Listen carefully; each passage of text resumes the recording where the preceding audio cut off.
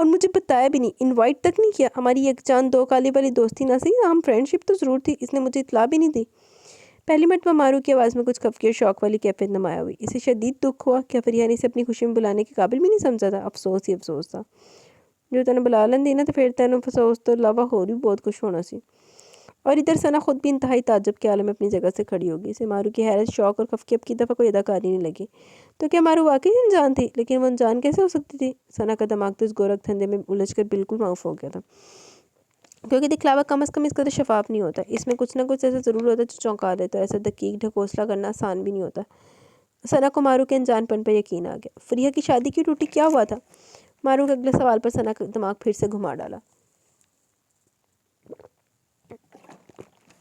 اس کا منہ تعجب سے پھر سے تعجب بھرے انداز میں کھل گیا، کیونکہ اسے امید تھی مارو اگلا سوال یہی کرے گی پھر بھی، اور ابھی مارو کو جواب دینا چاہتی تھی کہ جب دروازہ ایک جھٹکے کے ساتھ کھل گیا۔ ثنا گھبرا کر اپنی جگہ سے کھڑی ہوئی تھی۔ رات کی سیاہی سفید صبح میں نہیں ڈھل رہی تھی، یوں لگتا تھا رات بھی آج ٹھہر گئی ہے۔ یوں ہی بے سبب زندگی کی سویر پر شام غالب آ گئی تھی۔ ہر طرف ویرانی، سیاہی اور اندھیرا تھا جو ڈھلتا ہی نہیں تھا۔ زندگی میں اچانک موڑ آتے ہیں، پھر بھی ذہن و دل انہیں قبول کر لیتا ہے۔ ہر حادثے کے بعد کی صورتحال کو بھی قبول کر لیا جاتا ہے، لیکن کچھ موڑ اور حادثے اس طرح بھی آتے ہیں جو برسوں ذہن و دل کو تختی سے مٹ نہیں سکتے۔ کھرچنا چاہو تب بھی نہیں، بھلانا چاہو تو تب بھی نہیں۔ اون عباس کی زندگی میں بھی اچانک ایک موڑ آیا تھا جو زوردار حادثے کا سبب بنا، اور اس حادثے میں اون عباس کا بڑا نقصان ہو گیا۔ اس نے بہت کچھ کھو دیا۔ عموماً حادثے بڑے بھیانک ہوتے ہیں جو زندگی کی قید تک سے آزاد کر ڈالتے ہیں، لیکن اون کی زندگی کا حادثہ بس یہاں تک محدود نہیں تھا۔ وہ اس حادثے میں زندگی کی حد تک بچ گیا تھا،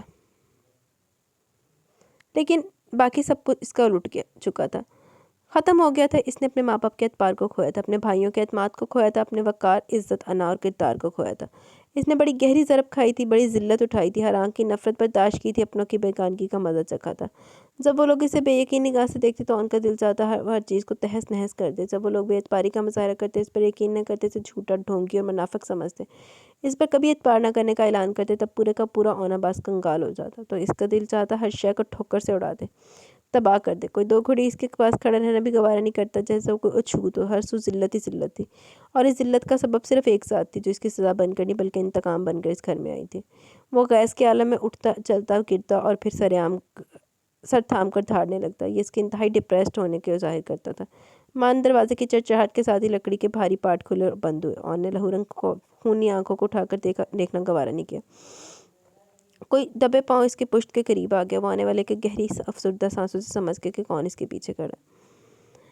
تائی نے دل میں اٹھتی اذیت کی لہر کو دبا کر ہاتھ میں پکڑا گلاس میز پر رکھا، پھر وہ اس کے قریبی دیوان پر بیٹھ گئی۔ ماں کو دیکھ کر سیدھا ہونا ہی پڑا تھا۔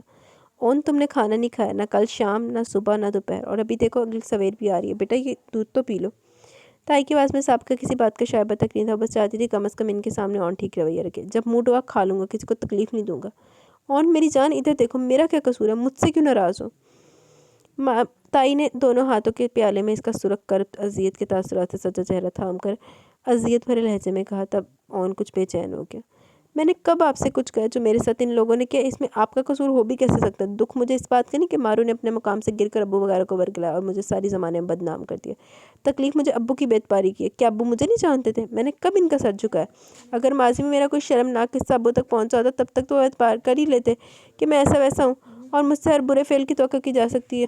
لیکن جب میرا ماضی شفاف، تو حال اچانک اتنا برا اور بدنما کیسے ہو سکتا تھا؟ وہ جسے گنگا میں نہائی سمجھ کر آپ بیال آئے ہیں، اس پر مجھے بہت افسوس نہیں، کیونکہ وہ اپنے مقام سے گرا ہوا ہر کام کر سکتی ہیں۔ یہ ان لوگوں کی سوسائٹی میں فیشن ہے، لیکن میں اس طرح کی اس کی چال بازی اور گندے لائف سٹائل کے جنگل میں نہیں آؤں گا۔ میں اس عورت کو کبھی معاف نہیں کروں گا۔ میں اس عورت سے بڑا سخت قسم کا انتقام لوں گا۔ ابو نے اسے عزت دار طریقے سے گھر لا کر مجھے سزا نہیں دی، بلکہ مجھے میرا انتقام پورا کرنے کا بہترین موقع فراہم کیا۔ میں اسے ایسی سزا دوں گا کہ عمر بھر یاد رکھے کہ جو کچھ میں نے کھویا اس عورت کو بھی کھونا پڑے گا۔ اس کے دھیمے سلگتے لہجے میں زخمی سانپ کی سی پھنکار تھی۔ تائی کا دل جیسے دھک سے رہ گیا۔ اون تو پاگل ہو چکے، ہم خاندانی لوگ ہیں، ہمارے ہاں بہو بیٹیوں اور بیویوں کی قدر عزت کی جاتی ہے، اور تم؟ ان کا دل پھڑپھڑانے لگا۔ اون کے ارادے تو انتہائی خطرناک لگ رہے تھے۔ آخر وہ مارو کے ساتھ کیا کرنے والا تھا؟ نہیں اون، ہرگز نہیں، تم ایسا کچھ نہیں کرو گے۔ جو ہو گیا اسے بھول جاؤ یا بھلانے کی کوشش کرو۔ تم اپنے باپ کو جانتے تو اس لڑکی کے ساتھ کچھ برا کیا تو پھر سے گھر میں جنگ کا طبل بج جائے گا۔ کیا خبر اندر اپنے کمرے میں جاتا تو کچھ مزاج میں تبدیلی آ جاتی، مارو کو دیکھ کر شاید حواسوں پر چڑھی گرمی اتر جاتی، شاید چاہے وہ کسی بھی سازش کے تحت آئی تھی، اب تو آ چکی تھی۔ ان کی بہت ہی گھر کی عزت تھی، انہوں نے مارو کے لیے اپنے دل میں تھوڑی جگہ بنا لی، اور انہیں لگتا تھا مارو کی موہنی صورت دیکھ کر اون بھی پگھل جائے گا۔ آج نہ صحیح کل تک اس کا غصہ اتر جائے گا، لیکن فی الحال انہیں اون کو بہلا پھسلا کر مارو کے پاس بھیجنا تھا۔ وہ بیچاری تھکی ہاری جانے کب سے اس کی رات تک رہی تھی۔ تائی خود بھی ایک ماں تھی، اس کا جلدی دل پسج گیا، اور وہ چاہتی تھی اون اپنے کمرے میں جائے، آرام کرے، ٹھنڈے دل سے سوچے، جو ہوتا ہے اچھے کے لیے ہوتا ہے، کیا خبر اسی میں بہتری ہو۔ وہ ہمیشہ مثبت رخ پر سوچتی تھی، اس لیے مطمئن رہتی تھی۔ جو کچھ ہوا تھا وہ واقعی ناقابل قبول تھا، دل و دماغ کو انہی زندگی کو بھی جھنجھوڑ چکا تھا، لیکن اب گزرے برے وقت پر رونے اور ماتم کرنے سے بہتر تھا کہ آنے والے وقت کو اچھا بنا لیا جاتا۔ لیکن یہ باتیں اون کو سمجھانا انتہائی کٹھن تھا۔ اون اٹھو، اپنے کمرے میں جاؤ، دیکھو بیٹا، جو گھر میں گنے چنے مہمان ہے کہ میں انہیں باتیں بنانے کا موقع مت دو۔ وہ کیا سوچیں گے؟ فریہ کو ٹھکرا کر اپنی من پسند دلہن ڈنکے کی چوٹ پر لایا، اور اسے بھی دیکھنا گوارا نہیں کر رہا کہ اسی میں خرابی ہے۔ ایسے فضول تبصروں سے بچنے کے لیے ضروری ہے اپنے کمرے میں جا کر آرام کرو۔ دیکھو، دلہن سے اچھی کوئی طرح بات کر لینا بیٹا، میری مجبوری سمجھو۔ اب میں مزید مارو کی وجہ سے تم دونوں باپ بیٹے میں دوریاں نہیں دیکھ سکتی، اور وہ مارو کے لیے بہت حساس ہو رہے ہیں۔ تائی نے نگاہ چرا کر جیسے التجا کی۔ ظاہر ہے ان کے بیٹے نے مارو کے ساتھ زیادتی کی ہے، اس کو بے عزت کیا، اغوا کرنے کے لیے اس کے گھر دھاوا بولا ہے۔ وہ ان کی نظروں میں معصوم ہے، مظلوم ہے، وہ کیوں نہ احساس ہوں گے؟ اس نے مارے غصے اور تنفر کے دودھ کا گلاس اٹھا کر دیوار سے دے مارا، پھر تن فن کرتا حال کمرے سے نکل گیا۔ تیرا پیو پیچھو صاف کرے گا انہوں جنہیں سوٹ کے گیا۔ اس کے جارحانہ قدموں کی دمک اس کمرے کی طرف جاتی سنائی دی تھی، جس کمرے میں ڈنکے کی چوٹ پر آئی مارو جلفہ افروز تھی۔ تائی نے اس خوف کے مارے پھڑپھڑاتے دل پر ہاتھ رکھ کر بے ساختہ مارو کو سلامتی کے لیے دعائے خیر کی تھی۔ اچھا جی۔ اور پھر وقت کے بجتے گھنگروں پر بلاخر سکوت طاری ہو گیا۔ صحرا میں باد صبا چل پڑی تھی۔ کچھ دیر پہلے کا گھٹن بھرا سما ٹوٹ گیا، جس کا اختتام ہو گیا وہ دیوان عام سے نکل پڑا تھا۔ اس کے قدموں کا رخ مارو کے کمرے کی طرف تھا، وہ اسے تصور کی آنکھ سے دیکھ رہی تھی، اور اس کا دل ایک ایک قدم پر اعلان یار کر رہا تھا۔ اس کی مشک پر پلکوں پر حیا کا بوجھ پڑا، اور وہ جھک کر گلاب رخساروں کو سلام پیش کرنے لگی۔ وہ قریب آ رہا تھا، قریب آ رہا تھا، قریب آ چکا تھا۔ دروازہ کھلا پھر بند ہو گیا۔ اس کے قدموں کی چاپ مارو کا دل سن رہا تھا، اس کے ایک ایک قدم کو مارو کا دل گن رہا تھا۔ پھر جب وہ نپے تلے قدم اٹھاتا اس کے قریب آیا، تب لمحہ بھر کے لیے مارو کا دل رک سا گیا۔ اس کی ہتھیلیاں پسینے سے تربتر تھی، وہ کیسے پیش آئے گا، وہ کیا کرے گا، اور مارو کو اپنے گھر میں ایک ہی رات کے اندر ڈھیر ساری بیزاری اور نفرت کے باوجود لے کر آنے کی کیا توجیہ پیش کرے گا؟ کیا اس کا دل پلٹ گیا؟ وہ اچانک دل کی زمین پر اگانے والی محبت کا حرف حرف سنائے گا۔ مارو سرفراز نے اندھا دھند چلتے ہوئے بے خیالی اور عالم جنون میں محبت کی فصل کاشت کی تھی۔ آج اس فصل اور گلشن کا حقیقی مالک آ گیا تھا۔ اڈیاں نہ خوش فہمیاں پال منہ پر لگیں گی اپنے پیار کی برسات میں گنچا گنچا بھگونے۔ اس کا جھکا سر پھر اٹھ نہ سکا، کیونکہ اون عباس اس کے سر پر کھڑا تھا۔ مارو کو کچھ عجیب سا لگا، وہ کھڑا کیوں تھا؟ مقابل بیٹھ جاتا، اس کا خاموش ہونا بھی عجیب لگ رہا تھا۔ وہ خاموش کیوں تھا؟ مارو کا خوش رنگ دل دھنک اوڑھ کر لہراتا دل کچھ گھبرا سا گیا۔ وہ ابھی تک اس کے سیر پر کھڑا تھا، کسی ننگی تلوار کی مانند۔ آخر کیوں؟ مارو کو خود اس عجیب طرح کے فسوں کو توڑ کر گردن کچھ اٹھانے پڑی، اور پھر اس کی زہر تراز آنکھیں جیسے اون عباس کے چہرے پر جم گئی تھی۔ اس چہرے پر کیا کچھ نہیں تھا، غصہ، حقارت، نفرت، کراہیت، گھن۔ اور یہ مارو تھی جسے کبھی تاثرات پڑھنے، چہرے کھوجنے ہرگز نہیں آئے تھے۔ وہ تو سمجھ بھی نہ پاتی تھی کہ آنکھوں اور چہروں کی کہانیاں کیا ہوتی ہیں، چہرے کتابیں کیسے بن جاتے ہیں، اور لوگ ان کتابوں کو حفظ کیسے کر لیتے ہیں۔ لیکن آج اون عباس کے تاثرات کو دیکھ کر اسے چہرے پڑھنے کا فن پتہ چل گیا تھا۔ اسے سمجھ آ گئی تھی کہ چہرے کس طرح سے پڑھے جاتے ہیں، اور یہ اون عباس کا چہرہ تھا، اور یہ مارو کے محبوب کا چہرہ تھا۔ غیظ و غضب کے رنگوں سے سجا، شدید نفرت کے تاثرات سے برہم، زہریلے تیوروں سے اٹا، اور مارو کا دل ڈوب گیا۔ اس نے اپنے سینے پر ہاتھ رکھ لیا۔ اب وہ ساکت و جامد نہیں تھا، وہ بول رہا تھا۔ وہ کیا بول رہا تھا، اور وہ نہ ہی بولتا تو اچھا تھا۔ اور تو بلاخر تم نے اپنا باکمال عشق پا لیا، یہی کہا تھا نا تم نے، تمہیں مجھ سے محبت ہے دیوانگی کی حد تک، اور تم نے یہ بھی کہا تھا کہ میں اسے ثابت کروں گی، کہا تھا نا، اب بولتی کیوں نہیں؟ وہ لمبی زبان کہاں بھول آئی؟ وہ کسی وحشی جانور کی طرح مارو پر جھپٹ پڑا۔ انتہائی تکلیف اور اذیت کی لہر نے مارو کو یکدم چلانے پر مجبور کر دیا، ورنہ اس کے تیور دیکھ کر اس نے فیصلہ کر لیا وہ جو بھی بکواس کرے گا مارو اس کا جواب نہیں دے گی۔ وہ خوف و ہراس کے عالم میں ٹھٹر گئی۔ اون کا رویہ اس کی کمان کی آخری حد پر بھی نہیں تھا، اس کے تصور میں بھی کہیں نہیں تھا ایسا بہیمانہ استقبال۔ مارو کا دل سینے کی سرحد توڑ کر چلایا۔ وہ اسے اپنی چاہت سے یہاں لا کر اتنا ذلیل کر رہا تھا، آخر کیوں؟ وہ اسے اذیت دے رہا تھا، آخر کیوں؟ چلاؤ مت، میری بات کا جواب دو، اور اپنا کہا پورا کرو، اپنے عشق کو ثابت کرو۔ وہ اس کے کان کی لوؤں پاس گر رہا ہے۔ شدت درد کی وجہ سے مارو کی آنکھوں میں قطرہ قطرہ آنسو بہنے لگے، وہ بے آواز رونے لگی۔ اور کہو نا، تم نے ثابت کر دیا، اور واقعی ثابت کر دیا۔ بڑی ڈینجرس پلاننگ تھی تمہاری، بڑے بڑے سرماؤں کے تجربے اور عقل کو سلب کر دیا تم نے، بڑے زہریلے ناک سے ڈسوایا تم نے۔ کسی کو دوسرا سانس نہ لینے دیا، کچھ اور تک نہ سوچنے دیا۔ میں تمہاری شاطرانہ ذہنیت کی داد دیتا ہوں اور آج یہ داد و تحسین کی رات، اور میں تمہیں اپنے انداز میں تحسین پیش کروں گا، پھر تم پر سرپرائز رہ جاؤ گی۔ اس نے مارو کے گال میں پنجے گاڑ کر جھٹکا دیا، وہ ایک ہی بار میں گراؤنڈ سے جا لگی۔ اس کا سر بری طرح چکرا گیا۔ چھوڑو مجھے وحشی آدمی، تم پاگل ہو چکے ہو۔ مارو کے ضبط کا پیمانہ لبریز ہو گیا۔ اس نے درد کی شدت سے چلا کر کہا۔ اس کی تکلیف کو محسوس کر کے اون کچھ اور شعر ہوا تھا۔ وہ یہی چاہتا تھا مارو تکلیف سے روئے، چلائے، ہاتھ جوڑے، پیروں میں گرے۔ ہاں پاگل تو میں ہو چکا، مگر تمہاری محبت میں نہیں، تمہاری نفرت میں پاگل ہو چکا ہوں، اور تم اس پاگل کا پاگل پن آہستہ آہستہ دیکھتی رہو گی، پھر عادی ہو جاؤ گی۔ اس نے سرد لہجے میں کہا، اور میں تمہیں طلاق کبھی نہیں دوں گا۔ اس نے ادھورا جملہ مکمل کر دیا۔ مارو گھٹنے پر سر رکھ کر اپنی سسکیاں دبانے لگی۔ میں طلاق لینے کے لیے آئی بھی نہیں ہوں، میں تو تمہارے لیے آئی تھی، لیکن تم وہ نہیں، تم تو کوئی اور ہو۔ اس کا دل اونچی آواز میں کٹلاتا رہا، اور ضابطہ انداز میں دھاڑتا رہا۔ میں تمہیں اپنے ساتھ ہمیشہ کے لیے باندھ کے سزا دوں گا۔ اس نے بڑے کرو فر کے ساتھ فیصلہ سنا۔ یہی تمہیں پوچھنا چاہتی ہوں، کیسی سزا دو گے؟ کیوں دو گے؟ میرا جرم کیا ہے؟ میرا گناہ کیا ہے؟ اس کی سسکانیاں کمرے کی خاموش فضا میں گونجتی رہی۔ مارو روتی رہی اور بڑے زخمی انداز میں پوچھ رہی تھی۔ اون اس کے معصومانہ سوال پر پھٹ پڑا۔ اس سادگی پر کون نہ مر جائے؟ مجرم اپنے جرم سے خود بھی آگاہ نہیں، اپنا گناہ مجھ سے پوچھتی ہو؟ ذرا اپنے آپ سے تو پوچھو، اپنے ضمیر سے پوچھو، کیا تمہیں یہاں نہیں ہونا چاہیے تھا؟ کیا تم نے کسی اور کی جگہ نہیں لی؟ کیا تم نے کسی اور کے ارمانوں کا خون نہیں کیا؟ کیا تم نے کسی کا دل برباد نہیں کیا؟ میں اپنے ساتھ کیے تمہارے ہر جرم کو نظر انداز کر بھی دوں، تمہارے حسن کی تابناکیوں سے وقتی طور پر بہل بھی جاؤں، تو اپنے ضمیر کا کیا کروں جو مجھے ابھی تک چین لینے نہیں دے رہا، مجھے پلسرات پر کھڑا کیے ہوئے، میرے اندر آگ لگا رکھی ہے، میرے اندر زہر بھر رکھا ہے۔ ذلت کو بھول بھی جاؤں جو مجھے تمہارے توسط سے ملی، تو اس فریحہ کا کیا کروں جس کی آہیں میرا دل پھاڑتی ہیں، جس کے چہرے کی زردی، جس کی آنکھوں کی ویرانی، جس کی بے رنگ کلائیاں میرا راستہ روکتی ہیں؟ بتاؤ مجھے اس دوراہے پر کیوں لائی ہو؟ میں نے تمہارا کیا بگاڑا تھا؟ بتاؤ میری زندگی میں کیوں آئی ہوں؟ وہ زخمی شیر کی طرح ایک مرتبہ پھر بپھر گئی، یوں کہ مارو کی آنکھیں بھی پھٹ گئی۔ یون عباس کیا کہہ رہا تھا؟ یون عباس کو کیا کہنا چاہتا تھا؟ مارو نے کیا کیا تھا؟ کس کا دل اجاڑا تھا؟ کس کو برباد کیا تھا؟ کس کی آنکھوں میں ویرانی بھری تھی؟ کیا فریحہ؟ مگر یہاں فریحہ کا کیا ذکر؟ فریحہ کیوں؟ اور یون فریحہ کا نام کیوں لے رہا تھا؟ اور پھر خوف و ہراس کی آخری حد سے پھسلتے ہوئے اچانک مارو کی نگاہ سے سیاہ پردہ سے کھسک گیا۔ اسے ثنا کی باتیں یاد آ گئی، اسے گھر والوں کی اذیت، خاموشی، دکھ کی وجہ سمجھ میں آ گئی۔ یہ گھر جو شادی والا نہیں بلکہ مگر والا لگ رہا تھا۔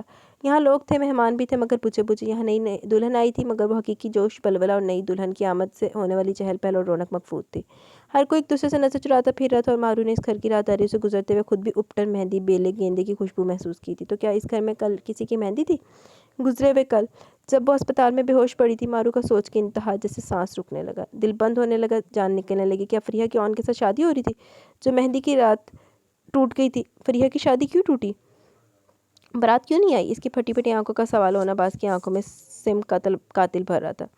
آج وہ اکیلی ہے، اپنی ذات کے بتکدے میں تنہا بیٹھی، نصیب کی ستم رسیدی پر آنسو بہا رہی ہے، اور میں یہاں شب زفاف سجا کر بیٹھ جاؤں؟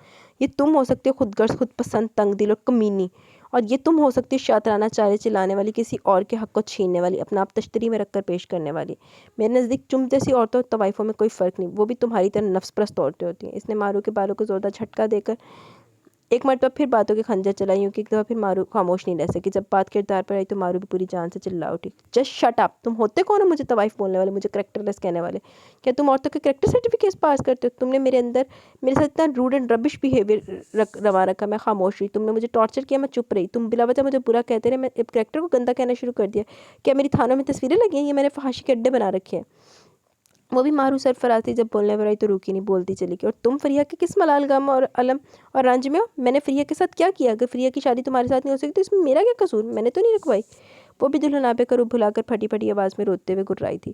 پھر اب کون سی دلہن، کون سا دلہن آپا؟ مارو کا دل چاہ رہا تھا اپنا یہ حسین روپ خود بگاڑ ڈالے۔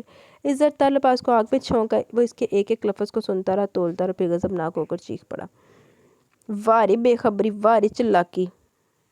تم نے نہیں رکھوائی؟ اس معصومیت پہ ساری دنیا نہ مر جائے! بہت زہریلی ناگن ہو! جب تمہارا باپ سارے زمانے میرے سے پرسے لیتا پھر اپنی بیٹی کی عزت لٹنے پر ڈھنڈورا پیٹ رہا تھا، اور میرے باپ کے سامنے صفِ ماتم بچا رکھی تھی، میرے باپ کو ساہوکاروں کے بازار سے گھسیٹ کر ہسپتال لے گیا، اور وہاں جو اس نے ماتم کیا، رونا ڈالا، پورے عالم میں اپنے میں ہمارا تماشا لگوایا۔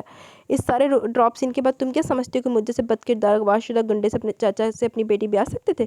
یہ شادی تکمیل تک پہنچ سکتی تھی؟ قطعی نہیں۔ پھر یوں ہوا، تمہاری تمناؤں کے عین مطابق شادی والا گھر مرگ میں بدل گیا۔ یوں لگا میرا ہی جنازہ اٹھ گیا، ہر طرف رونا، آہیں، چیخیں، بکواس، طنز باتیں، میرے باپ کا وہ جلال جو مجھے کبھی بھولتا ہی نہیں، کبھی بھولے گا بھی نہیں، زندگی کی آخری سانس تک یاد ہے گا، وہ بے اعتباری جو انہوں نے مجھ پر کی، وہ تماچے جو انہوں نے مجھے مارے۔ میں تو ابھی وہ پہلا تماچا نہیں بھولا تھا جو پلازے کے دفتر میں مجھے میرے باپ نے مارا، اس وقت جب تم اپنی سو کال محبت کا ماتم کر کے گئی اور میں نے تمہیں دفتر سے نکال دیا، تب میرے باپ نے تمہیں دیکھ لیا۔ اور یہ تمہاری خوش نصیبی تھی کہ میرے باپ نے تمہیں خود دیکھ لی، انہیں کسی اور ثبوت کی ضرورت پیش نہیں آئی، وہ سمجھ گئے تھے میں نے تمہارے ساتھ کچھ غلط کیا۔ پھر وہ دوسرا تماچا جو میرے منہ پر بھرے مجمع میں پڑا۔ کیا اس تماچے کی گونج میں بھلا سکتا ہوں؟ اس ذلت، اس توہین اور اس بے عزتی کو بھول سکتا ہوں؟ ہرگز نہیں۔ میرے تماچے سے بے عزتی کے بدلے میں تمہیں بطور رونمائی پیش کروں، کیونکہ رونمائی کا تحفہ میرے لیے معاشرے کا پرانا رواج ہے۔ ہر دلہن کو اس کی حیثیت کے مطابق تحفہ دیا جاتا ہے۔ جی ایپیسوڈ ختم۔ اللہ